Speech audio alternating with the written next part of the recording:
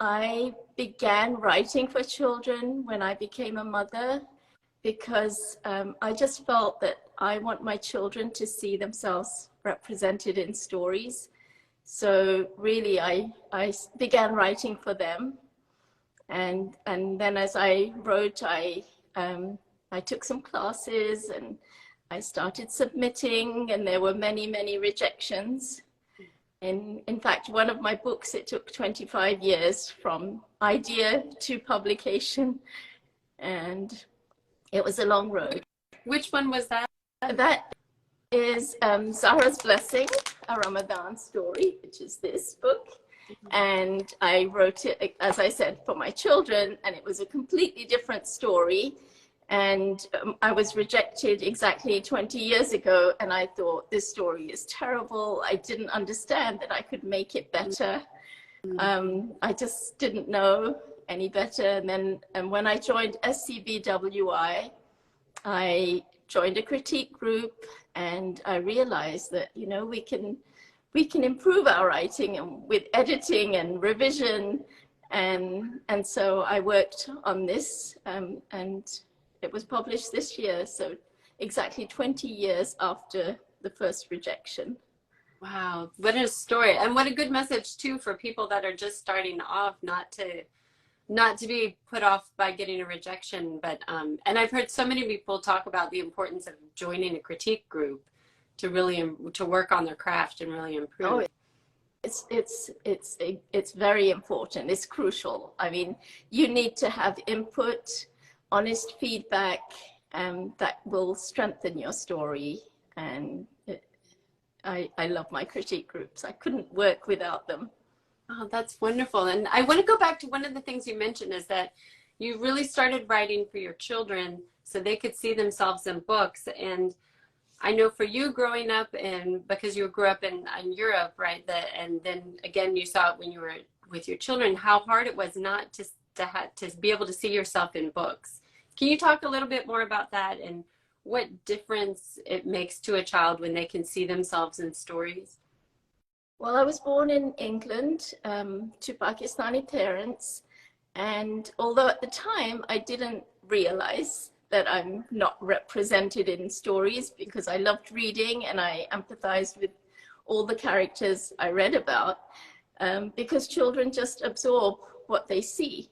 But when I became a mother, I realized that I needed them to see their traditions and heritage in books, so that they would feel seen and represented, and right. That would validate their experiences. It's just so important. And for a child, especially people who are marginalized, right. It's so important for them to see themselves, like Dr. Rudine Bishop coined this phrase, windows, mirrors, and sliding doors. Nice. And that's exactly what I hope my books are. Mirrors for some children to see themselves reflected in the stories, and windows and sliding doors for children who are not familiar with these stories, but who can empathize with them. Right. It's just and just got a lovely comment from one of the viewers. It's so important for children to identify with while reading, especially at a young age.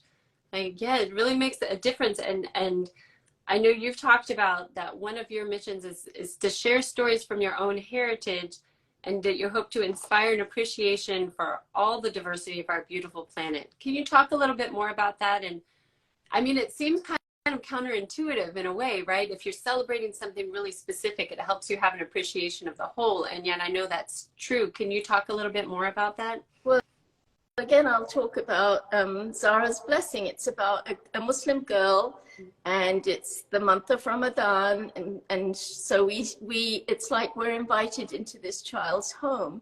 And so any child reading that experience will feel whatever Zahra feels. They will feel empathy. They will feel whatever she's feeling, because her feelings are human feelings, right, of loss and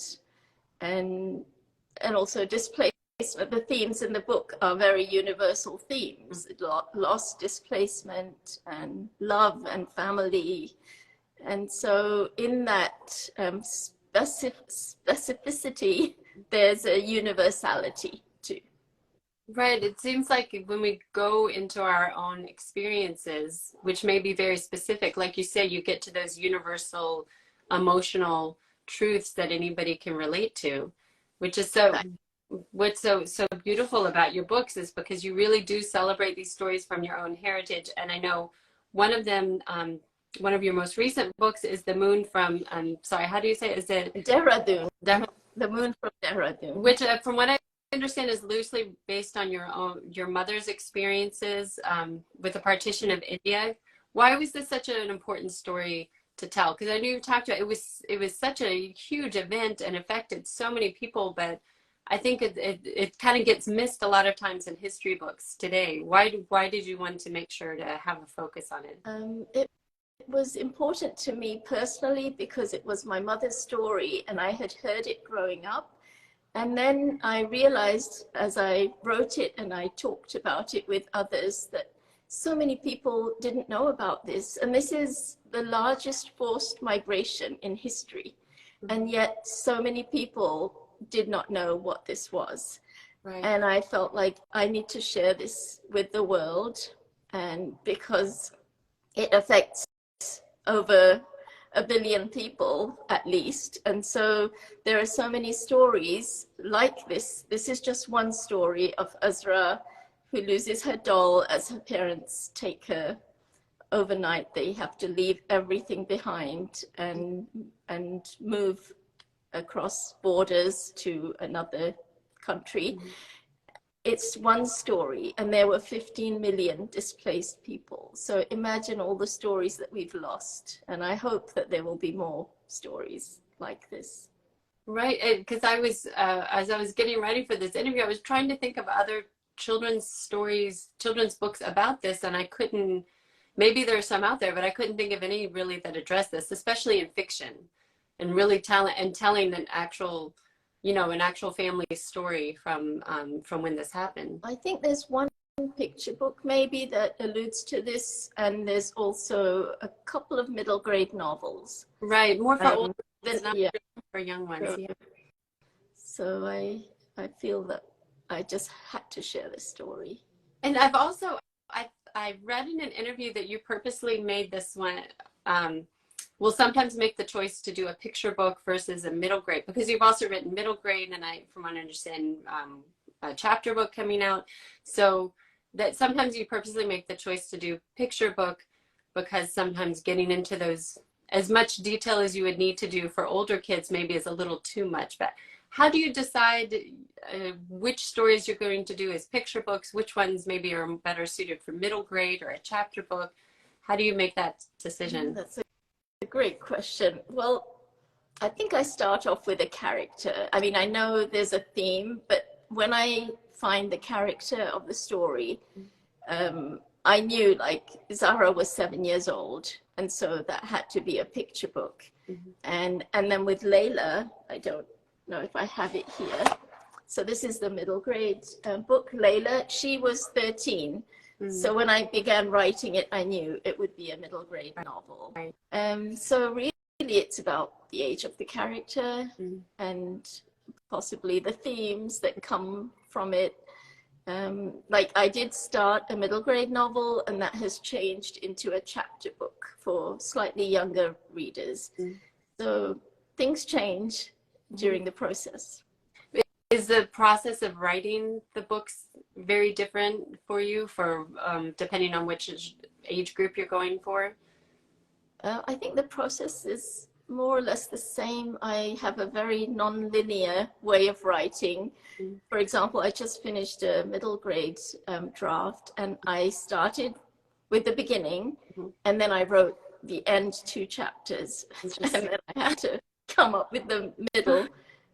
And it took me so long. I don't have an easy way of writing. It's very... Did it change after you wrote the middle? Did that change the end? No, I knew what the ending would be. So I needed to go on this journey with this character, right, to discover how to get there. Interesting. You had said in an interview, and you've already kind of touched on this, that you want readers to understand that even though our cultures and religions are different, our humanity is the same. So can you talk more about why that's such an important message and how you work to portray that in your books? I know you've already talked about that some in Zahra's Blessing. So I have friends from all faiths and even non-faiths. And I feel that our humanity and our commonalities are so much more than what is separate, what divides us. Right. And I think, you know, the different traditions, I belong to this organization, it's called the Sisterhood of Salaam, Shalom. Nice. And it's just a community of Muslim and Jewish women, and we form friendships and we do community service together. And I've learned so much of I've learned even more about Judaism and how much we have in common. And I've written these 2 books with Christian and Jewish friends. One is Planting Friendship, Peace, Salam, Shalom, and Building Bridges, Peace, Salam, Shalom. And we have a 3rd book on the way. And this just came from the 3 of us feeling that we have so much more in common.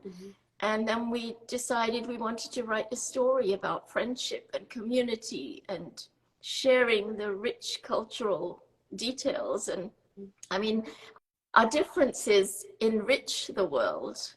They shouldn't separate. So I really enjoyed the collaboration with Melissa Stoller and Callie Lavorne. That's so beautiful. And what a great lesson for kids to learn at an early age, that they can celebrate the differences and yet still recognize how much we have in common. Yeah, definitely. Can you tell us what is the third book, and would you say is it a series? Is it the same characters on all of the It's the same characters. In fact, there are 3 picture books. We're working on the 3rd one. So these are like 6-year-old girls, and they form a friendship on the first day of school. When they meet, each of them is wearing a necklace, and that necklace represents something from their faith. And so they recognize that, oh, you have a necklace. It's different, but it's similar. And that's how their friendship begins. And then, so the first 2 books are about community service, friendship and community.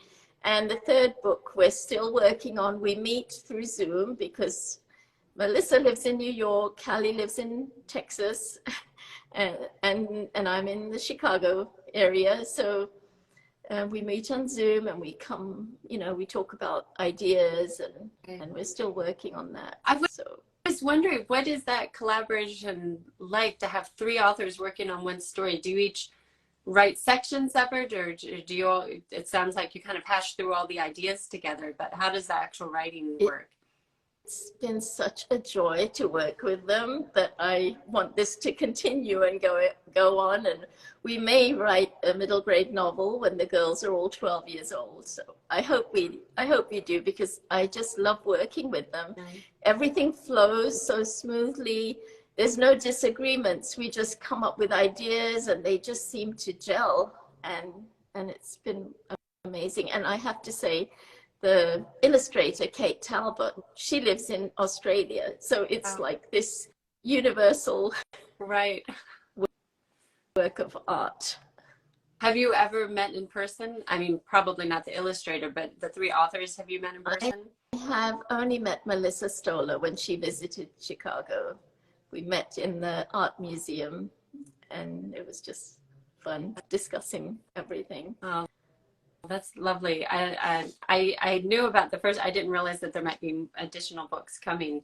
And finally, I just wanted to wrap up. What other? Well, you kind of talked about this a little bit about what you have coming up. But what are you working on now? In any books that are going to be coming out soon? Well, I have one, which is my first non-fiction picture book biography. It's out on submission, so I can't talk about what it's about. Oh, no. I haven't heard back yet, so I hope there's some good news in the new year.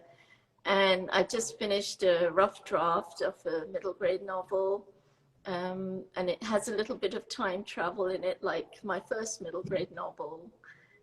Again, I can't say much.